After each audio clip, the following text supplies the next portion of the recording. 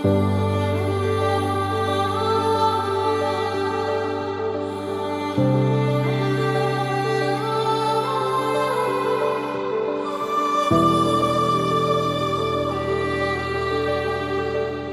Pregnancy में बस ये कॉम्प्लिकेटिंग फैक्टर था कि इनका ब्लड प्रेशर बहुत हाई जाता था और दवाइयों से आसानी से नीचे नहीं आ रहा था।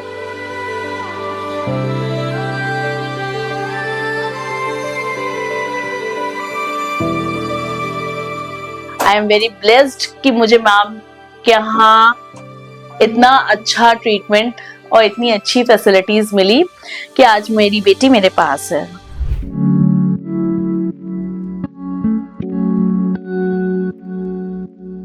मेरा नाम स्नेहा त्रिपाठी है। मैं लखनऊ से ही बिलोंग करती हूँ, पर करंट में इस समय हम ग्रेटर नोएडा नॉलेज पार्क 2 में रहते हैं। लवी मैम को मैं ऑलमोस्ट 8 ईयर्स से जानती हूँ। फर्स्ट प्रेगनेंसी भी मेरी थोड़ी कॉम्प्लिकेटेड रही थी, मतलब उससे पहले मेरे मिसकैरेजेस हुए थे। तो जब मैं लवी मैम के पास आई, उनके ट्रीटमेंट से मुझे ये मिले थे, फिर उन्होंने ऑपरेशन से ही इनका बर्थ हुआ था। स्नेहा त्रिपाठी हमारी पुरानी मरीज है। उसका पहला बेबी भी मैंने ही डिलीवर कराया था।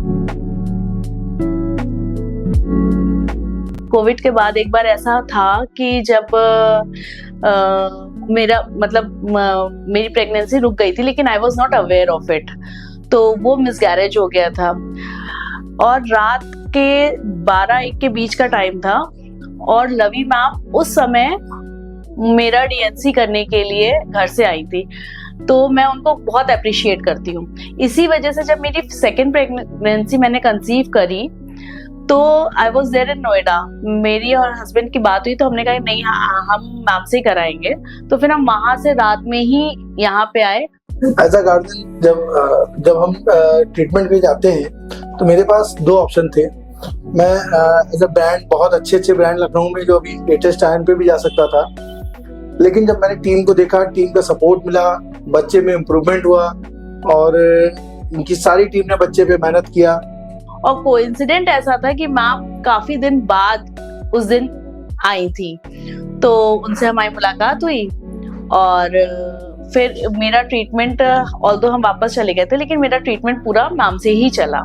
इस प्रेगनेंसी में बस ये कॉम्प्लिकेटिंग फैक्टर था कि इनका ब्लड प्रेशर बहुत हाई जाता था और दवाइयों से आसानी से नीचे नहीं आ रहा था, जिसके कारण बच्चे का ग्रोथ कम हो रहा था और पानी भी कम हो रहा था। तो मरीज को हम लोग को एडमिट करना पड़ा, जिससे कि हम लोग इंजेक्शंस पे इनका ब्लड प्रेशर कम कर सके और बार बार अल्ट्रासाउंड पे चेक होता था कि बच्चे को पर्याप्त खून मिल रहा है या नहीं, जिससे उसका ग्रोथ हो सके। तो जब हम मैम के पास आए तो उन्होंने मुझे एडमिट किया। She tried her level best to, मतलब जो भी उनसे बन पड़ा उन्होंने वो सारे ट्रीटमेंट्स करे, लेकिन मेरा बीपी कंट्रोल नहीं हो रहा था, जिसकी वजह से मेरी प्री मैच्योर डिलीवरी हो गई थी। जब बच्चे का ग्रोथ कम होने लगा, उसको खून पर्याप्त नहीं मिला, तब हम लोग को बच्चा प्रीमेच्योरली डिलीवर करना पड़ा, क्योंकि मदर का ब्लड प्रेशर भी कंट्रोल होने में दिक्कत हो रही थी और बच्चे को पर्याप्त खून नहीं मिल रहा था। ये मेरी बेटी 29 वीक्स 5 डेज पे जब थी तब ये हुई है। LMP के हिसाब से मेरी 31st वीक प्रेगनेंसी थी, लेकिन because of high blood pressure ये 29 वीक्स 5 डेज की ही थी। उसके बाद फिर इनको NICU में रखा गया मैम के यहाँ। मदर की डिलीवरी के बाद ब्लड प्रेशर धीरे धीरे कंट्रोल हो पाया और बेबी को हमने NICU में रखा, क्योंकि प्रीमेच्योर था तो पहले सांस की दिक्कत, उसके बाद फिर फीड होने की दिक्कत कि भाई दूध वो टॉलरेट नहीं कर पाता था, कहीं उसके इन्फेक्शन ना हो जाए। फिर उसके बाद धीरे धीरे मदर के पास बच्चे को फीडिंग के लिए भेजा गया। मदर ट्राई करती रही। NICU staff is very good. Prashant Arora sir is very good. Anjana ma'am is very good. उनके ट्रीटमेंट में कोई भी किसी तरीके की कोई प्रॉब्लम नहीं है। उनकी ट्रीटमेंट्स इतने अच्छे थे। उनके अंडर की जितनी टीम है, जितना NICU स्टाफ है, प्रदीप सर हैं, जो प्रशांत सर के साथ काम कर रहे हैं और वो भी बहुत अच्छे हैं। उनके बाद फिर आपके आते हैं अविनाश भैया हैं, चंदा दीदी हैं, स्वाति दीदी हैं, बहुत सारे हैं, प्रियंका भी है। I don't remember everyone's name, sorry if I am missing out. वहाँ का सारा स्टाफ बहुत अच्छा है और हमारा नर्सिंग स्टाफ भी बहुत हेल्पफुल है।